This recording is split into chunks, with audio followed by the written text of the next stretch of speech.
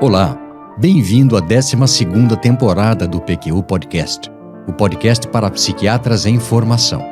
Aqui é evidência com opinião. Eu sou Luiz Alberto Etten e é uma satisfação tê-lo como ouvinte.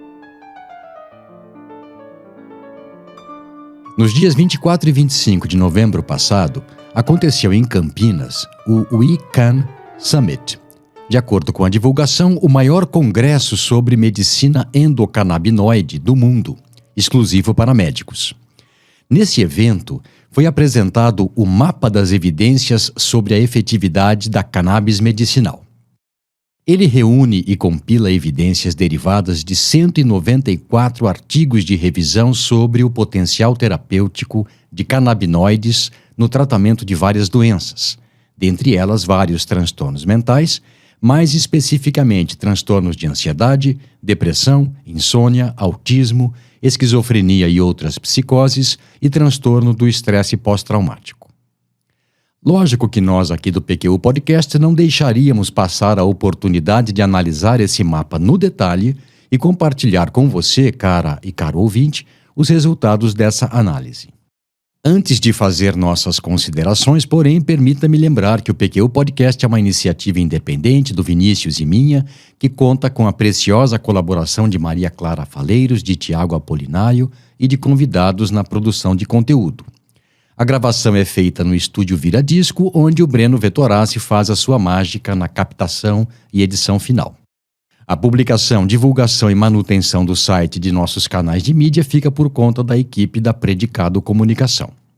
Nossa missão é divulgar informações que julgamos de interesse para os psiquiatras em formação.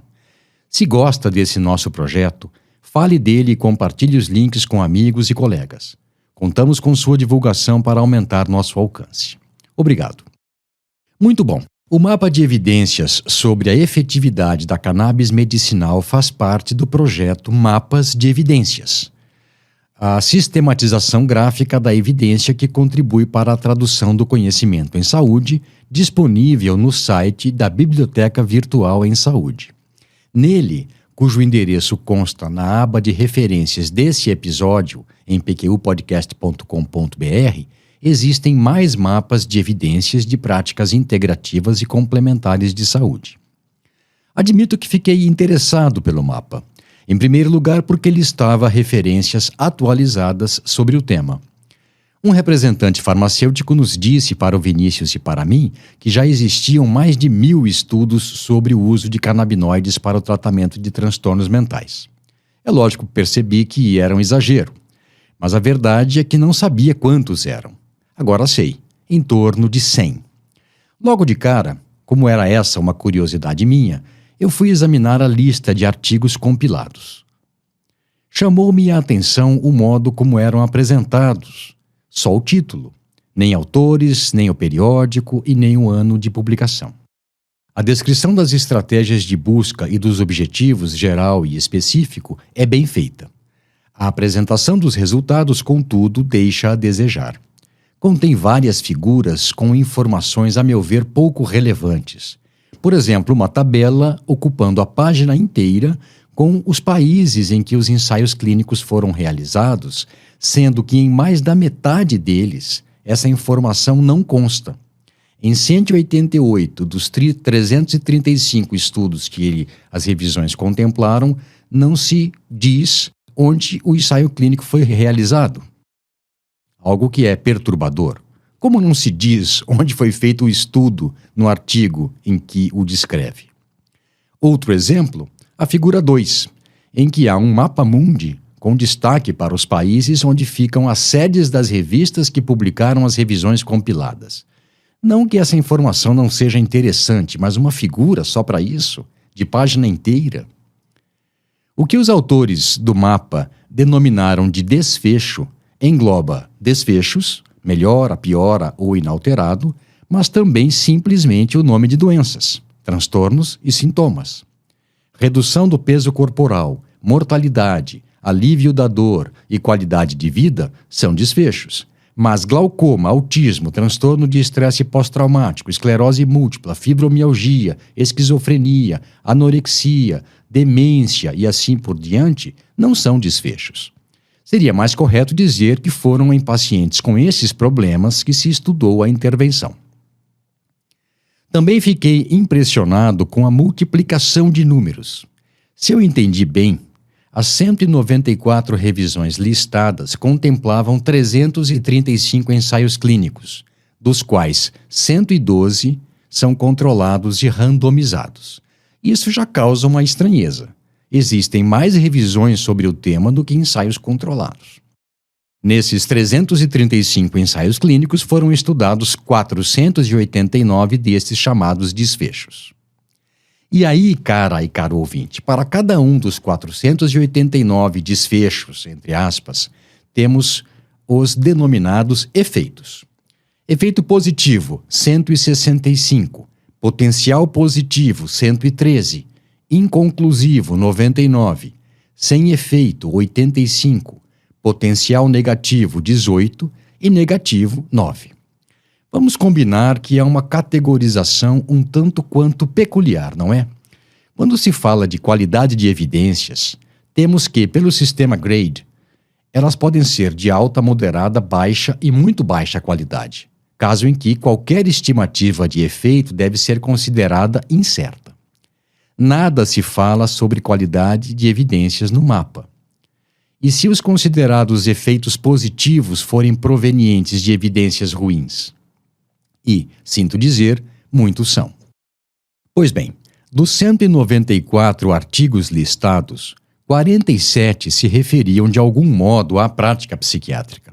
7 sobre o uso de canabinoides para tratamento de alterações psiquiátricas em doenças neurodegenerativas, 9 no tratamento de transtornos psiquiátricos, assim mesmo sem maiores especificações, 6 para alívio de insônia, 8 em esquizofrenia e outras psicoses, 4 no tratamento de transtorno de estresse pós-traumático, 3 no tratamento de transtornos de ansiedade, 1 para alívio de ansiedade, 3 em abuso de substâncias, 1 para abstinência de cannabis, 1 para abstinência de opioides, 2 para autismo e 2 para tratamento de anorexia nervosa.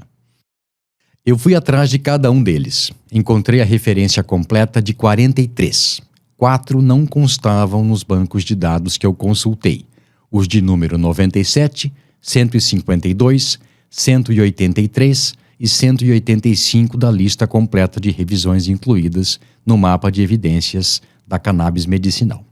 Talvez tenham sido submetidos, mas ainda não publicados. Talvez sejam localizáveis por outras estratégias de busca, eu não saberia dizer. O fato é que 43 artigos não é tanto assim para mim. Li os abstracts de todos e boa parte deles na íntegra. E aí, bem embasado, fui consultar o mapa. A decepção foi grande.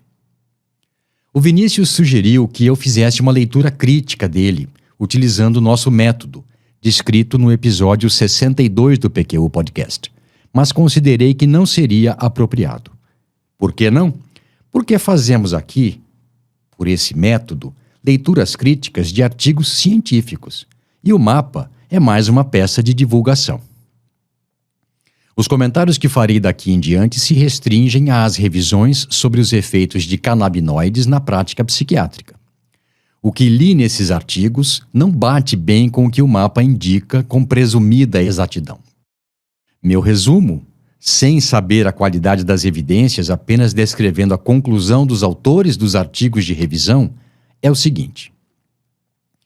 São limitadas as evidências de boa qualidade que recomendem o uso de canabinoides no tratamento de insônia. Não está claro se eles diminuem a gravidade da insônia, nem se eles melhoram a qualidade do sono, nem se eles auxiliam na conciliação do sono, nem se interferem positivamente nos despertares noturnos. Podem até ser de alguma valia, mas a magnitude de efeito é pequena. A heterogeneidade das amostras dos ensaios clínicos, das apresentações dos canabinoides, das doses, dos horários de administração e de medidas de desfecho avaliados limita recomendações específicas e não permitem algo que se possa ser considerado prática baseada em evidências. Além disso, podem ainda causar efeitos colaterais. O uso de canabinoides resultou em pequeno ou nenhum alívio da abstinência de maconha, e ainda provavelmente causou efeitos colaterais. São limitadas e geralmente de má qualidade as evidências de alguma eficácia de canabinoides em transtornos do neurodesenvolvimento em crianças e adolescentes. São necessários estudos randomizados, controlados por placebo, para esclarecer os efeitos da cannabis e dos canabinoides em indivíduos com transtorno do espectro autista. Mais pesquisa é necessária para se estabelecer a melhor dose e caracterizar a melhor curva do efeito ansiolítico do canabidiol e os efeitos de sua administração a longo prazo em pacientes com transtorno de ansiedade social. Resultados ainda preliminares sugerem alguma utilidade de cannabis no alívio de sintomas de abstinência de opioides, mas em janela terapêutica estreita. Esse efeito varia de acordo com as características do paciente e de fatores farmacológicos das apresentações estudadas, ainda não claramente definidos. Não é possível uma conclusão segura sobre a efetividade dos canabinoides no tratamento de manifestações psiquiátricas, agitação e agressividade em pacientes com doença de Alzheimer. Se houver algum efeito benéfico, ele deve ser pequeno demais para ter relevância clínica. Estudos randomizados e controlados maiores são necessários para estabelecer o real potencial terapêutico dessa substância nesses casos, além de caracterizar melhor os efeitos colaterais e as possíveis interações medicamentosas dessas substâncias. Não há evidências suficientes de que THC ou canabidiol tenham algum efeito sobre os sintomas, a cognição ou medidas de função cerebral em pacientes com esquizofrenia. São insuficientes as evidências de que o óleo de canabidiol seja eficaz e seguro em pacientes com esquizofrenia. Até o momento não há dados de pesquisa que apoiem o uso de canabinoides no tratamento de pacientes com esquizofrenia. Não há evidências suficientes de que preparações à base de cannabis sejam benéficas e seguras em pacientes com transtorno de estresse pós-traumático. Os ensaios clínicos disponíveis são pequenos e de qualidade ruim, com limitações que impedem que se faça qualquer recomendação do seu uso na prática clínica. Não recomendamos tratamento à base de cannabis medicinal para pacientes com transtorno de estresse pós-traumático, transtornos de ansiedade e transtornos afetivos. O nível de evidência de efeito benéfico de canabinoides no manejo de anorexia é baixo. O único ensaio clínico adequado mostrou que o dronabinol proporcionou algum ganho de peso. Os demais, além de metodologicamente problemáticos, não indicaram que canabinoides tivessem efeito algum. Embora os canabinoides possam ter potencialmente alguma valia no tratamento de transtornos de ansiedade, não há evidências que referendem seu uso nesses casos. Ou seja, continua valendo a conclusão de uma extensa revisão sobre o tema publicada em 2019 no Lancet Psychiatry, que consta na lista de referências do MAPA e foi discutido no episódio 242 do PQ Podcast. São parcas as evidências que sugerem que os canabinoides pudessem melhorar transtornos ou sintomas depressivos, transtornos de ansiedade, transtorno de déficit de atenção, síndrome de Tourette, transtorno de estresse pós-traumático e psicoses. Há evidências de má qualidade de que preparações farmacêuticas de THC com e sem canabidiol diminua os sintomas de ansiedade em indivíduos com outras condições médicas. Resumo da ópera.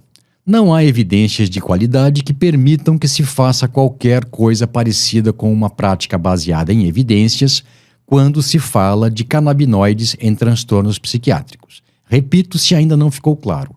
Não há evidências de qualidade que justifiquem esse uso.